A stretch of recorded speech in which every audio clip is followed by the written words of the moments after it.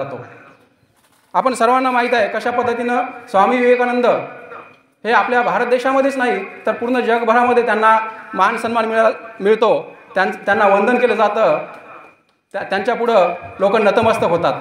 काय कारण आहे तर एकंदर जर आपण बघितलं स्वामीजींचं जर आयुष्य आपण जर बघितलं तर अवघ्या 39 वर्षाचं आयुष्य त्यांना मिळालेलं आहे आणि या छोट्याशा आयुष्यामध्ये सुद्धा हा तरुण पूर्ण जगाला आदर्श ठरावा अशा प्रकारचं जीवन तो जगलेला आहे। आपल्या सर्वांना त्यांचं सुप्रसिद्ध असणारा शिकागो अमेरिका येथे शिकागो येथे त्यांचं झालेलं सर्व धर्म परिषदेमध्ये झालेलं भाषण आपल्या सर्वांना माहीत आहे। परंतु त्या भाषणासाठी जाताना त्यांना काय काय प्रकारची तयारी करावी लागली होती, त्या ठिकाणी त्यांना किती अडचणीचा सामना करावा लागला होता याची माहिती आपल्याला असणं कुठेतरी आवश्यक आहे। मित्रांनो, तो काळ ब्रिटिशांचा काळ होता। आपल्याला माहीत आहे ब्रिटिशांची जुलमी राजवट झुकारत असताना त्या ठिकाणी अनेक स्वातंत्र्य सैनिकांनी बलिदान दिलेलं आहे आणि अशा प्रकारे आपण स्वातंत्र्य मिळवलेलं आहे। परंतु जर त्या काळाचा जर विचार केला, त्या काळामध्ये आपल्या भारत देशाकडे सर्व जग विशेषतः वेस्टर्न कंट्रीज पाश्चिमात्य देश हे फक्त एक सापांचा आणि गारुडी लोकांचा देश म्हणून फक्त आपल्याकडे बघायचे। परंतु त्या काळामध्ये असणारे जे काही राजे महाराजे असतील, प्रतिष्ठित व्यक्ती असतील, त्यांनी स्वामी विवेकानंदांची निवड केली। त्यांना सांगितलं की तुम्ही आपल्या भारताची जी प्रतिमा आहे जगभरामध्ये ती सुधारण्यासाठी तुम्ही 1893 सालीची ही गोष्ट आहे, त्या ठिकाणी शिकागो येथे तुम्ही जायचं आहे आणि आपला भारत देश खरंच असा आहे का? भारत देशामध्ये फक्त अंधश्रद्धा, वाईट चालीरीती, वाईट रूढी परंपरा एवढंच आपल्या भारत देशामध्ये आहे का याच्या व्यतिरिक्त सुद्धा भारत देशाची वेगळी काहीतरी ओळख आहे हे तुम्ही तिथं पटवून सांगायचं आहे। मित्रांनो, त्या ठिकाणी गेल्यानंतर आपण बघतो की तिथं सर्व धर्माचे उपासक, सर्व धर्माचे प्रतिनिधी त्या ठिकाणी होते। त्यामध्ये आपले स्वामीजी हे वेगळे होते। त्याचं उदाहरण सांगायचं म्हणजे जेव्हा तिथे ख्रिश्चन धर्मीय एक प्रतिनिधी आला, त्यांनी भाषण केलं, पारशी धर्मीय, बौद्ध धर्मीय, इतर अनेक धर्मीयांनी भाषण केलं। आता स्वामीजींना वाटलं की मला भाषण जमतं की नाही आणि म्हणून स्वामीजींनी आयोजकांना विनंती केली की माझं भाषण शेवटी ठेवा, कारण की कुठंतरी स्वामीजींचा आत्मविश्वास त्या ठिकाणी कमी झालेला होता।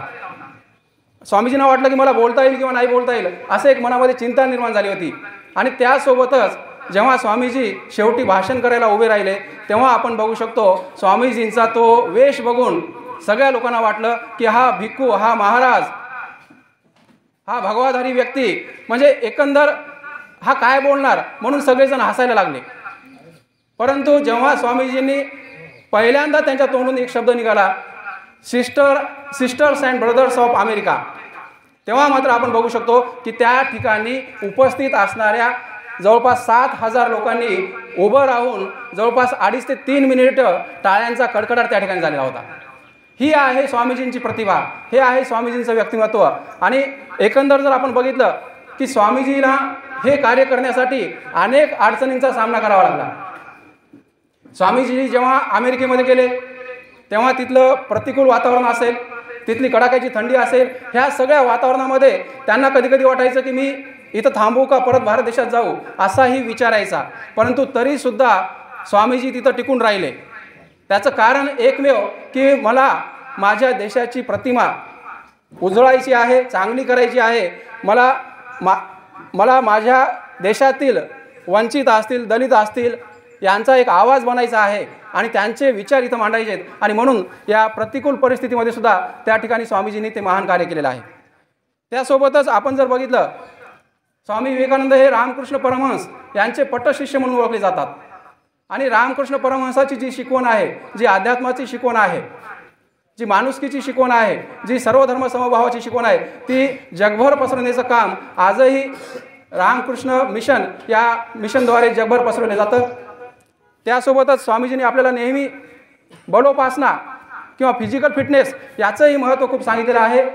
त्यासोबतच आणखी एक आपण त्यांचा विचार नेहमी सांगतो की उठा, जागे व्हा आणि ध्येय साध्य होईपर्यंत थांबू नका असा महान संदेश देणारे स्वामी विवेकानंद असं सुद्धा सांगतात की all power is within you, you can do anything and everything. मित्रांनो, एक गोष्ट लक्षात घ्या, जेव्हा आपण एखाद्या देवावर विश्वास ठेवत असतो, देवाला मानत असतो त्यापूर्वीसुद्धा स्वामीजी सांगतात की तुम्ही स्वतःवर विश्वास ठेवा. स्वतःवर जो विश्वास ठेवतो त्यालाच अधिकार आहे की तो देवावर विश्वास ठेवेल. आणि म्हणून जोपर्यंत आपल्याला स्वतःवर विश्वास होणार नाही तोपर्यंत आपण देवावर सुद्धा विश्वास ठेवू शकणार नाही. आणि त्याच्यामुळं कॉन्फिडन्स खूप महत्त्वाचा आहे असंही कुठंतरी स्वामीजींना सांगायचं होतं. आणखी एक छोटासा प्रसंग सांगून मला प्राचार्य सरांनी विनंती केली की थोडक्यात घ्यायचं आहे. फक्त एक छोटासा प्रसंग सांगून मी भाषण संपवणार आहे. मित्रांनो, मला आठवतं की स्वामीजी लहानपणी तुमच्यासारखेच खूप बंडखोर होते, खोडकर होते.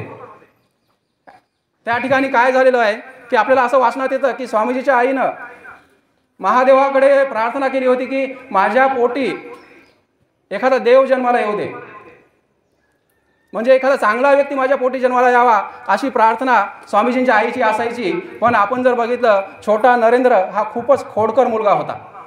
नेहमी तो तुमच्यासारखा खोडा करायचा, नेहमी काहीतरी आगाऊपणा करायचा, शाळेमध्ये भांडणं करायचा. आणि म्हणून त्यांची आई बऱ्याचदा गमतीने म्हणायची की मी शंभूदेवाकडे महादेवाकडे देव मागितला आणि हा माझ्या पोटी दानव जन्मला.